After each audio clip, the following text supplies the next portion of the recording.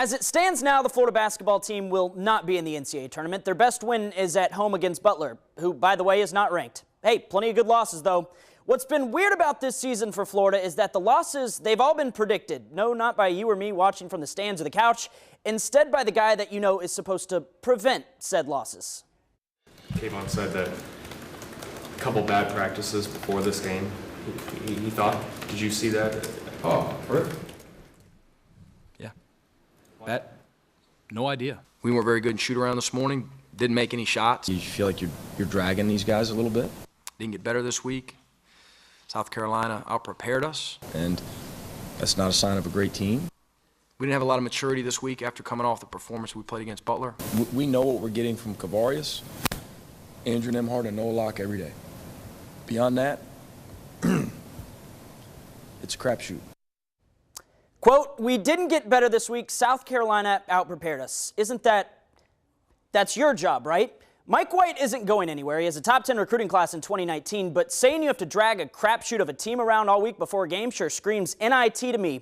Florida gets Tennessee tomorrow. Maybe by Sunday, their best win at home won't be against Butler, who, by the way, is not ranked. We've spent the last 365 days talking about the national champs. I'm not speaking on Nick Saban in Alabama. I'm talking about a group in Orlando that claims something that they really don't have a stake in. UCF, the self-named national champions, have been flaunting plastic, claiming it's gold. They got their crack at the SEC today. Let's take you to the Fiesta Bowl, where LSU was missing 9 defensive starters in this game by halftime, thanks to ejections and guys just sitting out. A 3-point game in the third quarter. Joe Burrow goes over the top to find Jamar Chase to make it a 2-score game.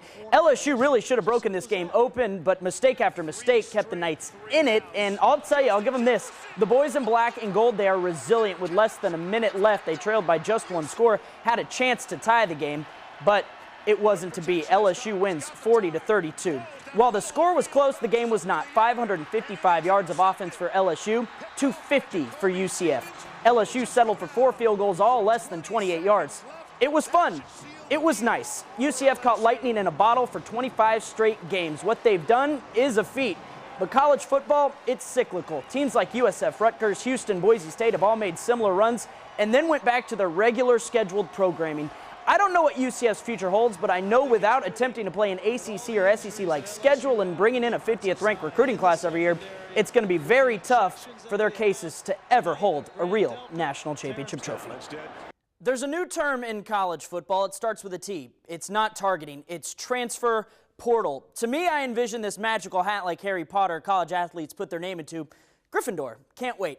Over the past couple years, many of the biggest names in college football have entered this portal to find a better situation for their futures. Jalen Hurts, Justin Fields, Jacob Eason, to name a few. But in college athletics, in order to transfer, you have to sit out a year. This is called an academic year in residence. It's designed to allow you to become more comfortable in your new environment.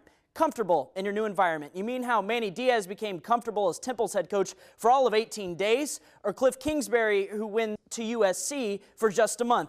I bring those examples up because recruits were committing their next chapter of their lives to those guys, Diaz and Kingsbury, who left without a scratch. I'm not blaming the two coaches for wanting to climb the ladder. They shouldn't be punished for that. But then why in the world are we doing just that to the athletes who don't want to be stalled in their efforts in getting to the top of that same ladder?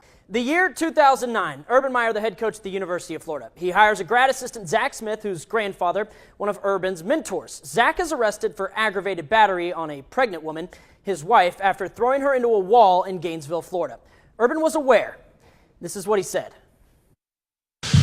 Shelly and I actually both got involved because of our relationship with that family and advised for counseling and wanted to help as we move forward. Urban, Zach's boss, suggested counseling, something that should be used to settle arguments over wall color, not being thrown into a wall. Urban is now on paid leave. If you look at school policy, I don't see any way he coaches at Ohio State ever again. If you look at a moral compass, I don't see any way he coaches anywhere again. We're at 6. Carolyn? Florida football currently has the top recruiting class in the year 2040. That's 21 years from now. This is me guessing what Tim Tebow's procreation schedule looks like. Tebow Jr., today Jacksonville's chosen son. Finally. It took you long enough, Timmy. He's engaged. My man could have walked into any bar, restaurant, grocery store, gas station, gotten on a knee and married anyone he wanted. But in Tim Tebow fashion, he's marrying Miss Universe 2017. All right, I'll stop now. right after I show you the size of the ring. State champion, national champion, Heisman winner, playoff winner, baseball player. This might be his greatest accomplishment of all time. That thing is a boulder. The motor that makes that offense go. Tyreek Hill, who plays all over the field, can take the top off at any time. That motor was also running a little from his mouth this week when he was talking about Jalen Ramsey. The two probably will be going head-to-head at some point on Sunday. And if you thought Jalen was going to go silent into that good night, boy, are you wrong. He's all right, I guess. He's good for what he does for their team. I'm not a conspiracy theorist, nor do I claim to be one, but I do watch a lot of football. And what I saw out of the Jaguars on Sunday against the Redskins was a team who I thought could have pulled out a win. It looks like this Jags team is starting to move to 2019, and I'm not talking about the players, I'm talking about management. And I can't say I really blame them. Did you just say the players are tanking? No, I did not. I fully believe the guys who are on the field want to compete and want to win. It's all about winning at the end of the day. I love football, man. Honestly, I truly love football.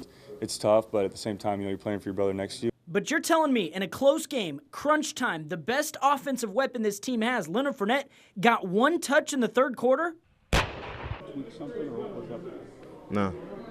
You feel like you touched the ball enough down the stretch? Yeah. Man, I don't control offense. I do what I do. An offense that has scored one offensive touchdown in 3 weeks under Cody Kessler has decided to go ahead and trot him back out there this week. Those seem like moves looking to 2019 as opposed to being in 2018. Would you agree with that? And if not, why? Yeah, I wouldn't agree with that because we think those players have worked extremely hard and they're good enough, and we're not losing much with them. At this point, Doug Marrone's job probably isn't in danger because if it was, we'd be seeing more Blake and more Leonard.